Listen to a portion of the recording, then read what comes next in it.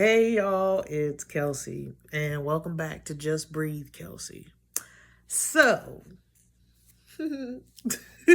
I'm just now getting in from the movies. I went with some people from work, and we went to go see Sinners.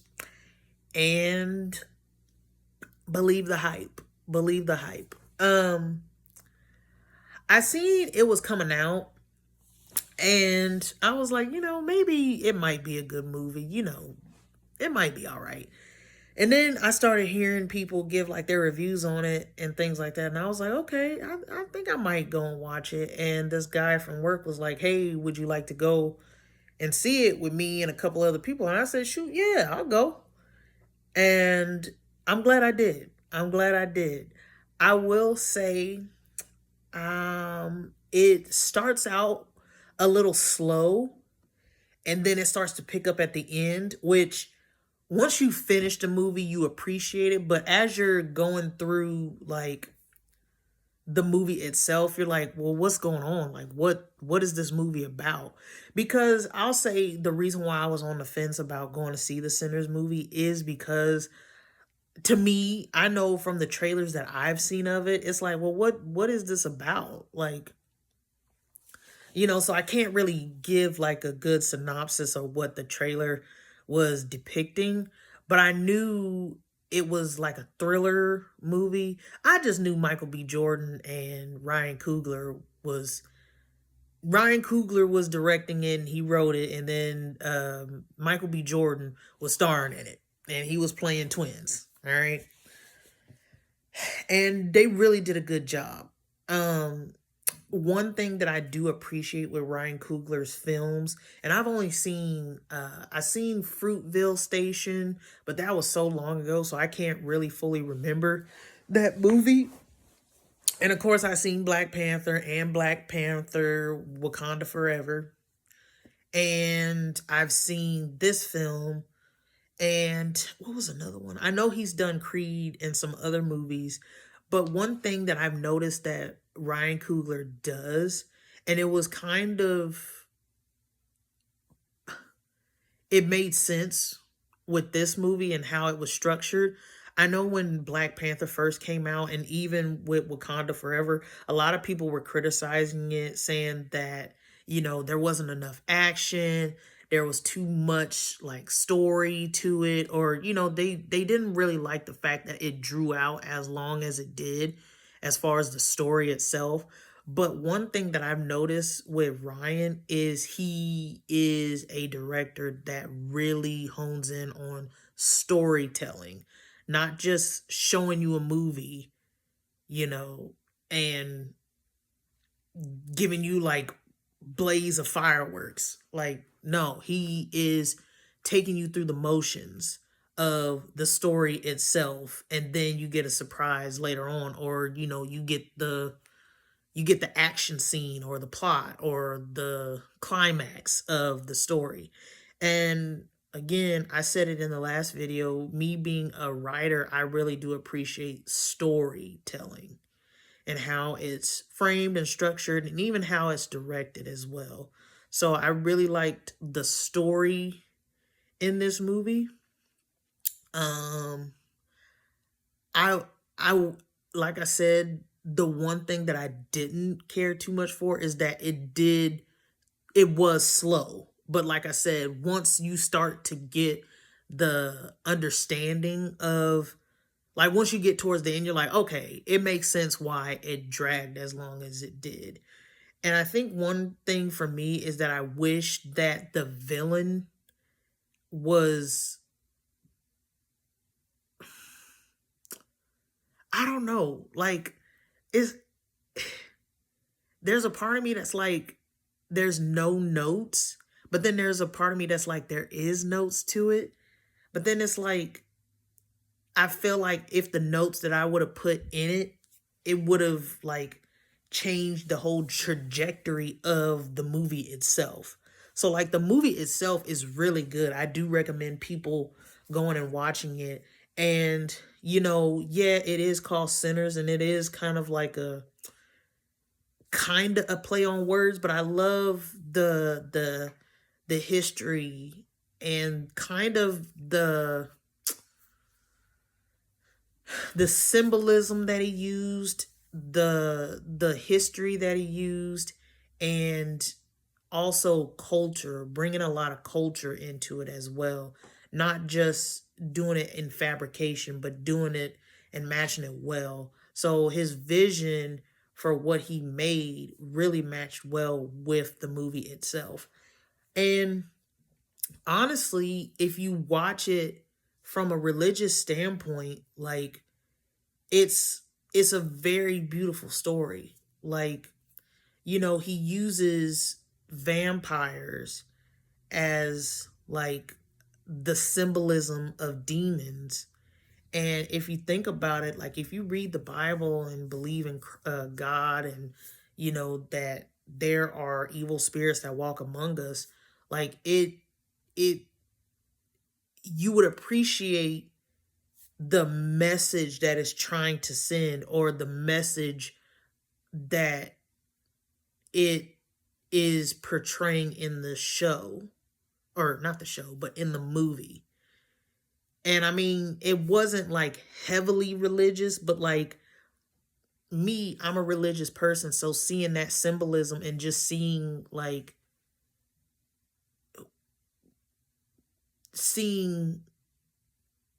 seeing certain things and correlating it with the Bible, or just certain teachings and things like that, it was just really well done. It was really well done.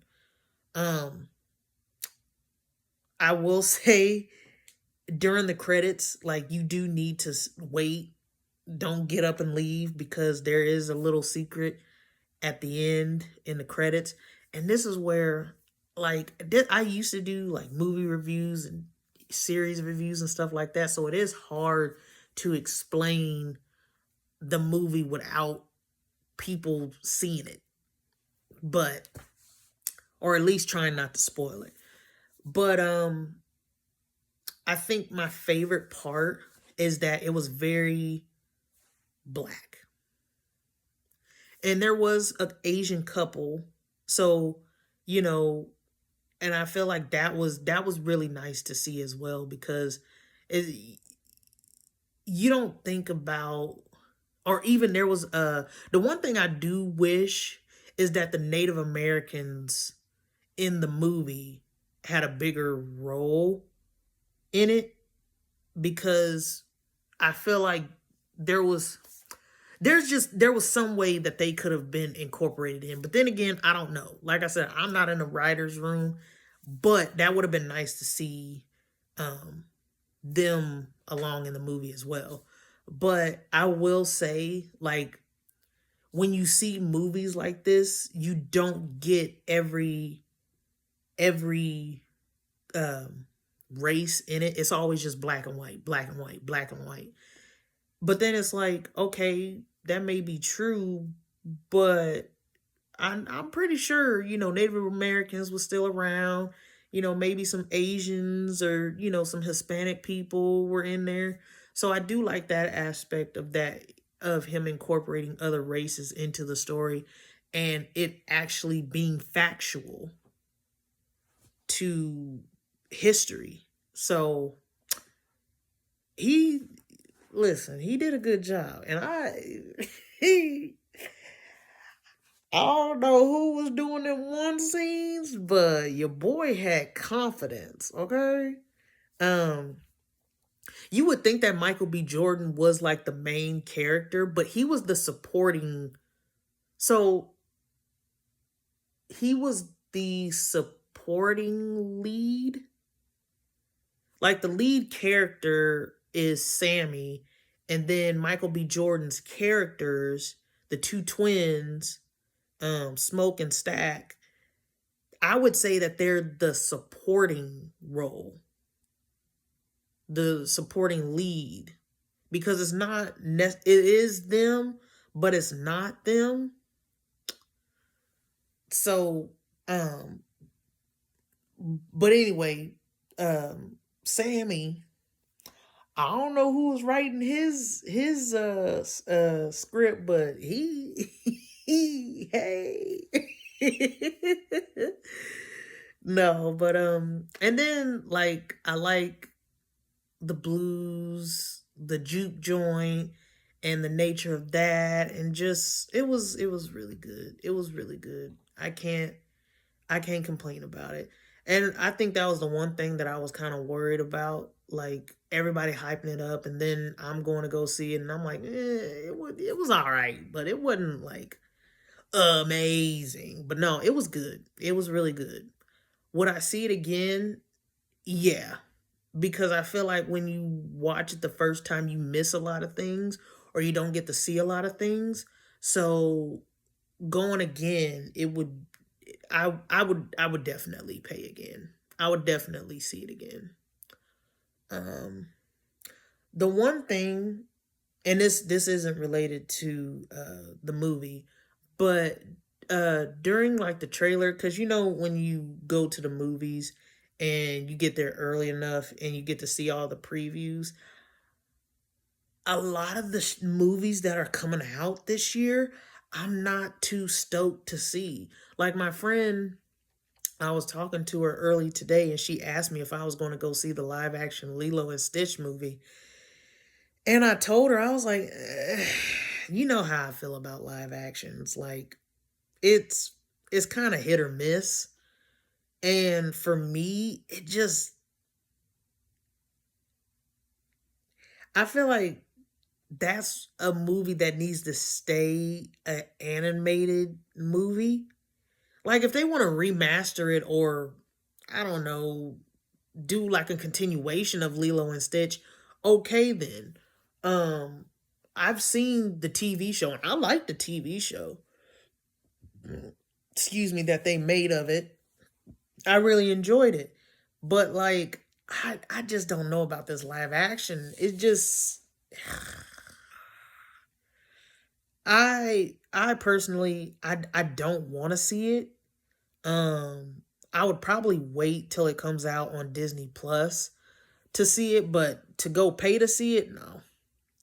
If anything, if I had the money at the time Moana 2 came out, then I would have paid to go see that. But other than that, no. I don't like live action anything. The only time that I probably well, I feel like the Little Mermaid with Halle Bailey was pretty good, but I've never seen the Little Mermaid the original story, like the animated Ariel with the white girl and all that stuff. Like I didn't watch that. So watching the live action, I thought it was good because I don't have anything to compare it to. I enjoyed it. A lot of people were criticizing about it, but I thought it was pretty good. Um, I seen the live action Beauty and the Beast, did not care for it. Did not care for it. I was like, this is basically the animated version. Nothing has really changed, and I don't like it. Like I don't care too much for it. So I don't like the Beauty and the Beast live action. I've never seen like the live action Cinderella. The only Cinderella and honestly I ain't never seen the animated Cinderella story from Disney. I've only seen the Brandy version of Cinderella, and I love that. I love it. It's the best Cinderella, hands down. I'm not arguing with nobody. I said what I said, and I meant what I said, and I stand at 10 toes down on it. But yeah, so I've never seen the animated Cinderella, and I've only seen the Brandy version of Cinderella with Whitney Houston being the godmother, the fairy godmother. So I've seen that. I like that. What was another one that I've seen? I've never seen Lion King live action. I've seen the animated version. Love the animated version. I've seen the animated version of Mulan. Love the animated version of Mulan. What's another one that came out? Sleeping, no, well, it's not technically Sleeping Beauty, but it's Maleficent. Now I like Maleficent, but Maleficent didn't really have like a animated movie. It was kind of the Sleeping Beauty live action, I guess. Because Sleeping Beauty, I don't think Sleeping Beauty has um a live action, but I mean, technically it would be Maleficent, wouldn't it? And I ain't never seen Sleeping Beauty. But anyway, I digress. Maleficent, I like that. Maleficent 1 and Maleficent 2 live action. I like those movies. What was the other one I said? Never seen Mulan live action. Don't plan to see it because they took out Mushu. And I feel like Mushu made the movie. Like, yeah, it was about Mulan, but it was also about Mushu. So, um, what was the other one? Lion King. I've seen the animated, and I'm not going to see the live action. I was kind of debating on whether to see Mufasa live action, just because that is a prequel to The Lion King, and it's something that's new, and it's not like a remake of something that's already been done. So I would like to see that just because it's a preview. So I might still watch that when it comes on Disney Plus, but I don't care for live actions. I feel like Hollywood is being lazy when it comes to like live action remakes. It's like, why don't y'all just remaster it? And I mean, I guess they technically, with some of them, they did remaster it, but that was like in the 90s and early 10 or the early 2000s when people still had VHS tapes. Like, a lot of people don't even have DVDs anymore. So, like, y'all could have just remastered the animation, make it more clear or change up some things or whatever instead of like making it a live action because you're just being lazy. Now, I am going to watch Wicked, but I've never seen Wicked before. I've never seen it on Broadway or anything like that. Um, but yeah, so I say all that to say a lot of the movies that are coming out this year just do not look appealing to me.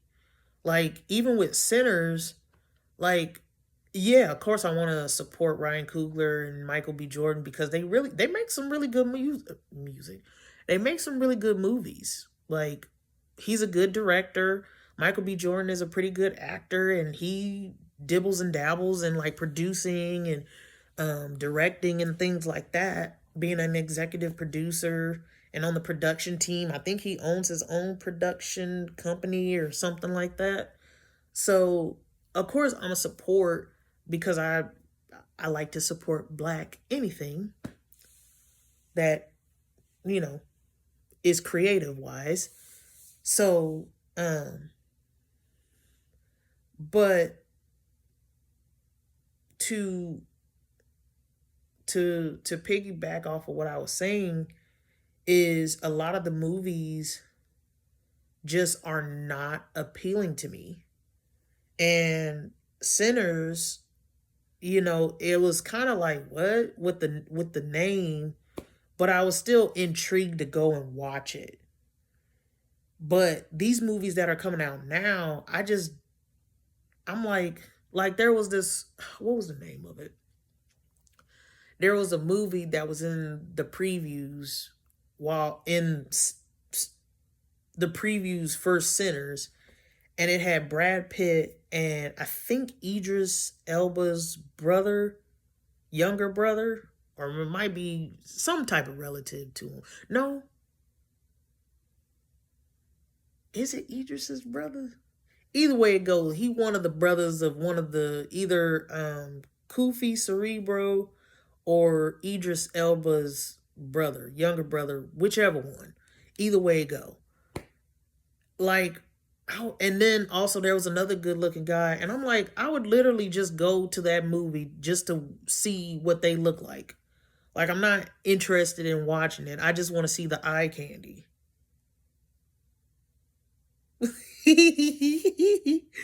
Like that. And that's bad. That's so bad to just want to go to the watch a movie just for eye candy. Like, what happened to people telling stories or even good stories being told? You know, it's not, and it don't necessarily have to always be an action film. It don't necessarily always have to be a romantic film. It doesn't have to be anything like it just that's why I liked Black Mirror this season. I liked every single episode except for one cuz I was like, "Ooh, y'all a little out there." I mean, I get it, but you know, calm it down. But like it's the art of storytelling. It's the art of maybe kind of pushing the limits, but also thinking outside of the box. And that's what I like. Like, even with slave movies, I've never seen Harriet Tubman. Am I going to watch it? No. And the reason is because I don't want to keep, I mean, yeah, we want to keep this type of history alive and, you know, so we can learn from it and not get it erased. But how many more slave movies are we going to get?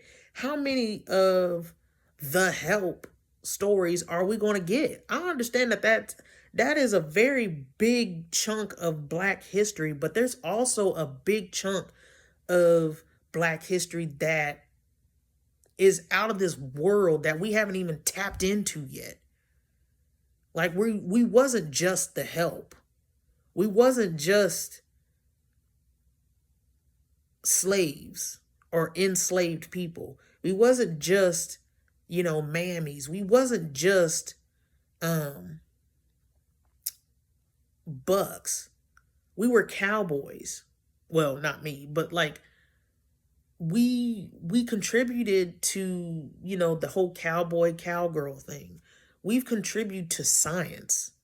Henrietta Lacks is one of the most important people in, and I might be wrong, in cell development or just cells in general. Like, even to this day, her cells are still being used to find different cures or being in a part of medicine. Like, we've contributed to a lot of stuff in American history and probably a lot of other stuff in other people's history. So why are we telling those stories? Or why isn't those as appealing to the slave movies? Or even pushing the envelope? And I feel like Sinners did a good job in pushing the envelope. Expanding, one, our creativity, two, how powerful we can be if we all join together and quit playing. And also just give a different perspective.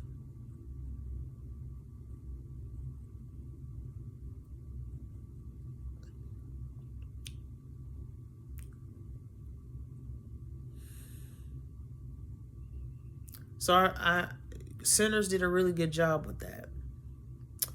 And I like stories like that. You know, and I mean, granted, you know, I watched The Chi and stuff like that. And I understand, you know, drugs, sex, and money is something that a lot of people gravitate towards. But it's like, well, what else is there besides that? Like, I'm not gonna lie, I watch it. You know, I'll watch it, but sometimes I get tired of looking at it. Like, sometimes I need a palate cleanser. You know, because if I keep eating steak and steak and steak and steak and steak, I'm gonna get tired of it. Like, I need some mashed potatoes. I need some salad. I might need a tomato. Probably want some chimichurri.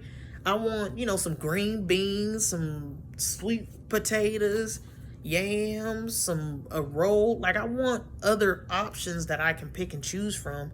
You know, I'm not saying that stories like that shouldn't be made, but I just feel like we should keep continuing to push the envelope.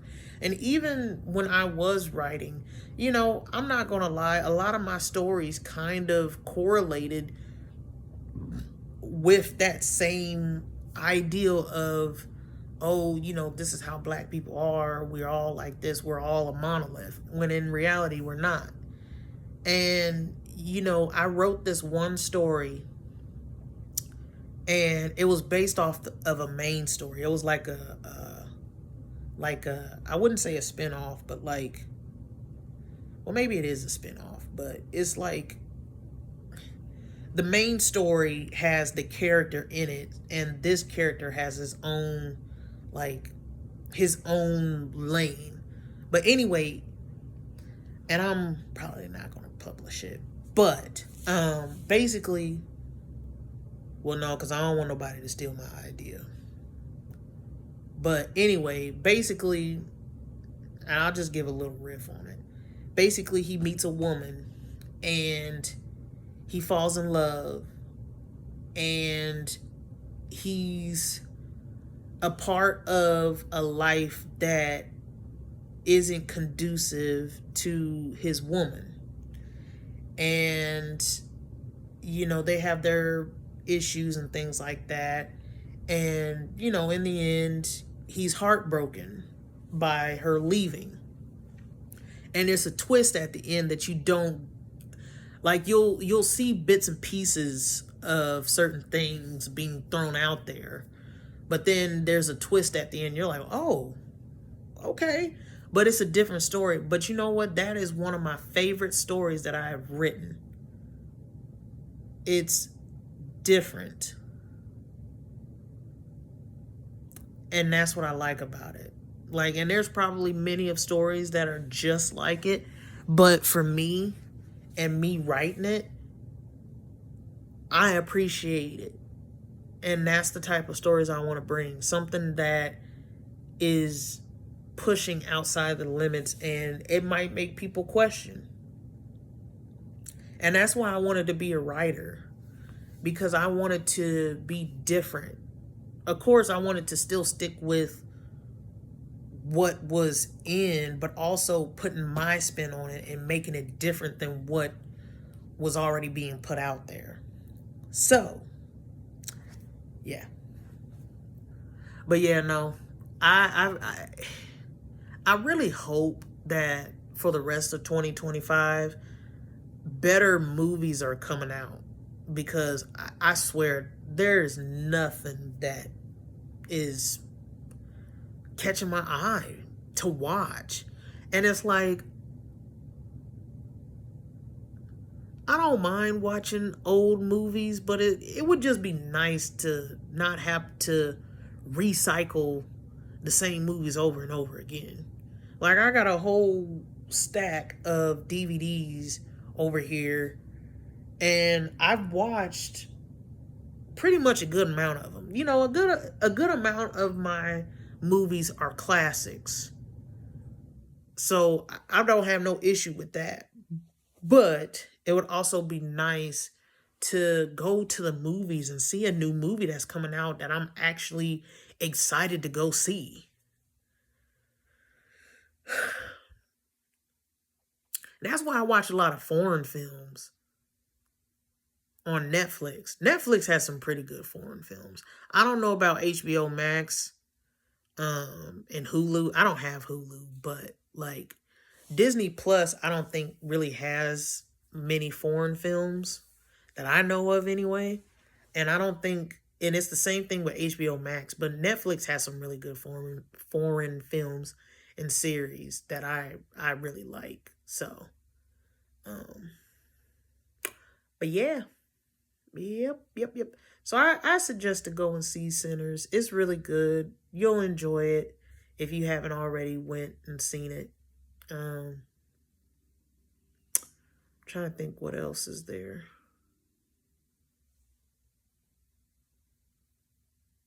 I think that's it. Yeah, because I can't think of nothing else to talk about. Well, I guess there's a lot to talk about, but a lot of that other stuff is kind of personal. or at least something that I have to figure out on my own anyway.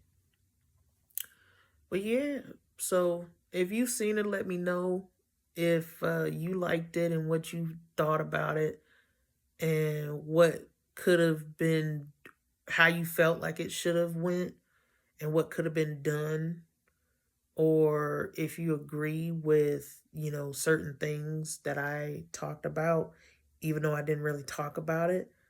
Um, and I'll just say this, and I done said a lot of things. Them was some good looking men up in there. They was all good looking. And Sammy, ooh, when he played that guitar, he was a good looking man. He can sing. He could really sing. So, all them men was good looking. I was like, okay. Let me quit. But no, it was good. I really liked it and I enjoyed it. And it made me proud. No, it was good. So, but yeah, let me know. All right. Till next time.